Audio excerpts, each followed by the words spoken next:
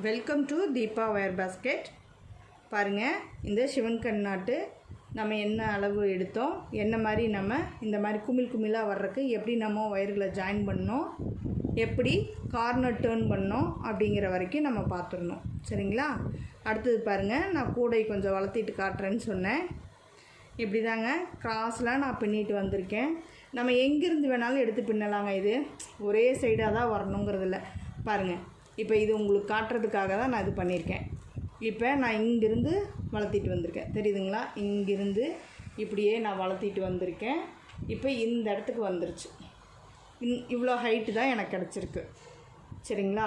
இந்த ஹைட்டில் பாருங்கள், இந்த ஒயர்கள்லாம் சின்னதாகிடுது. ஒரு ஒயர் சின்னதானோனையுமே எல்லா ஒயர்களும் சின்னதானதாக தெரியுது. பார்த்திங்களா? சின்னதாக தெரியுது. பார்த்திங்களா? லெஃப்ட் சைடு வரதும் அதே மாதிரி தான் வருது, ரைட் சைடு வர்றதும் அதே மாதிரி தான் வருது. இப்போ பாருங்கள், நம்ம ஒரு பேஸ் நாட்டில் முடிச்சிருக்கோம். கிராஸில் பேஸ் நாட்லேயே ஃபுல்லாக முடிச்சிருக்கோம். பாருங்கள், இதுதான் ஸ்டார்டிங்கு. ஃபுல்லாகவே பேஸ் நாட்லேயே நம்ம மேலே வந்து முடிச்சிருக்கோம். அதுக்கப்புறம் இது ஒயர் உள்ளே இன்செர்ட் பண்ணுற அளவு தான் நம்ம இருக்குது. சரிங்களா? இந்த அளவுக்கு நம்மளுக்கு பேக் நல்லா ஹைட்டாக அகலமாக கிடச்சிருக்கு. இப்போ நாம் இந்த பின்னுறது வந்து எப்படி நான் பின்னுறேன் அப்படிங்கிறது பாருங்கள். நான் அங்கங்கே கொஞ்சம் கொஞ்சமாக பின்னியிருக்கேன். பார்த்திங்களா? எப்படி எனக்கு தோணுதோ அந்த மாதிரி எடுத்து பின்னிக்குவேன். ஏன்னா இதுக்கு வந்து நம்ம சுற்று ஒயர் கிடையாது இல்லைங்களா?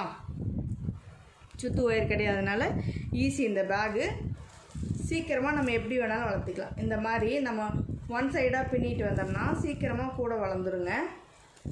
இப்போ பாருங்கள், நான் இங்கே இந்த இடத்துல ஸ்டார்ட் பண்ணுறேன். சரிங்களா?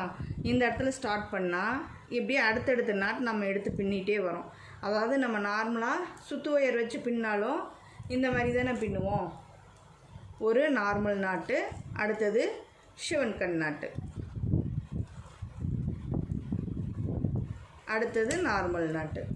கிராஸில் பின்னாலும் அதே மாதிரி தான் வரும். சரிங்களா? இதே மாதிரி தாங்க நம்ம இப்படியே பின்னிகிட்டே வரும்போது நம்மளுக்கு ஹைட் ஏறிடும். பேக் வந்து ஈஸியாக வளர்ந்துட்டு வந்துடும். நம்ம நார்மலாக பின்னுறதை விட இந்த மாதிரி கிராஸ் கட் கூட பின்னுறது ரொம்ப ஈஸிங்க. சீக்கிரமாக கூட பின்னி எடுத்துடலாம்.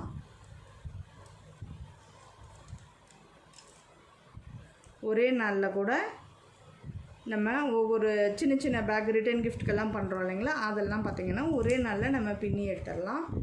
அது மாதிரி நம்ம அந்த இது பேஸ் நாட்டில் நம்ம பின்னும் போதும் கூட ஈஸியாக இருக்கும். அதை விட ஈஸிங்க இந்த கிராஸ் கட்டில் நம்ம பின்னுறது.